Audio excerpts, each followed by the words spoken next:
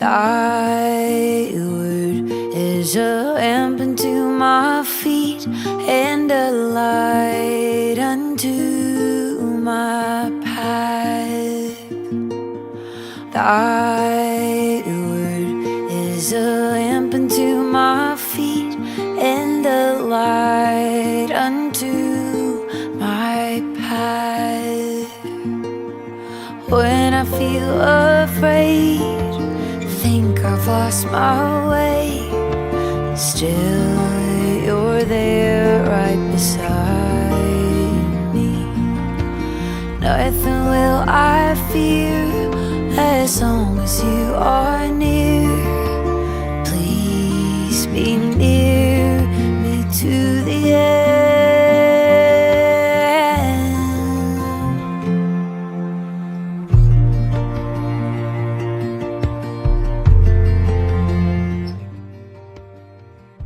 He will wipe every tear from their eyes. There will be no more death, or mourning, or crying, or pain, for the old order of things has passed away. For our last session in this series, we go fittingly to the last book of the Bible. Revelation chapter 21, verse 4. He, that is God, will wipe every tear from their eye. One of the most startling books on my shelves is The Street Bible. It's poignant because the author, Rob Lacey, was struggling to complete the task before cancer won its battle. He did complete it in 2003, but died of cancer shortly after. His stated aim was to produce a version that worked for those who have never read the Bible and those who read it too much.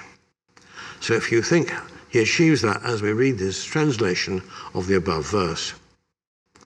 He'll collect all the tears they've ever cried. Better? Clearer? Sadder? You decide. In any group of mainly elderly people, some will be bereaved.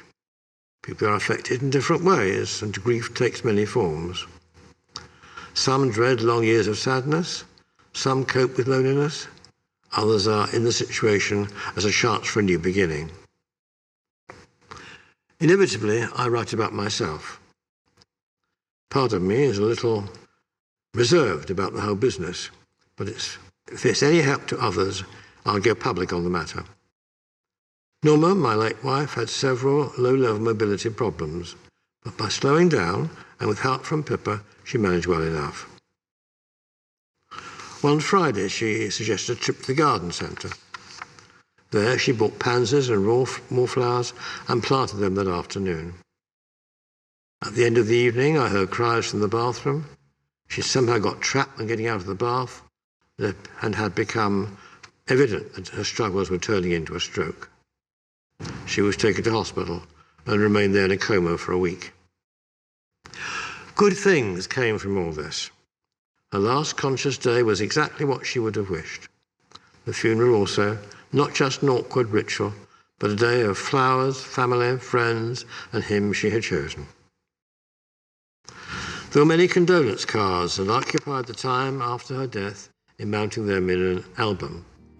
I was able to mark the anniversary by rereading all the messages and by replaying the video of the service. Have I got over Norma's death? Certainly I've got used to new situations, and new habits are being formed. I think I'm still more fragile than might appear, but I sense that God hasn't finished with me yet. Father, please be with those of us who mourn and give us your comfort. Amen. Thy word is a lamp unto my feet and a light unto my path.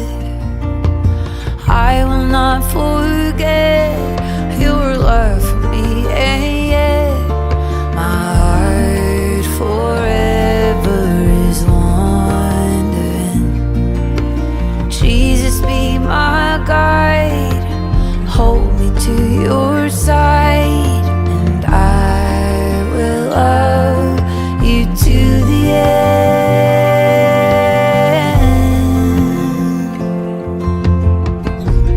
Ooh.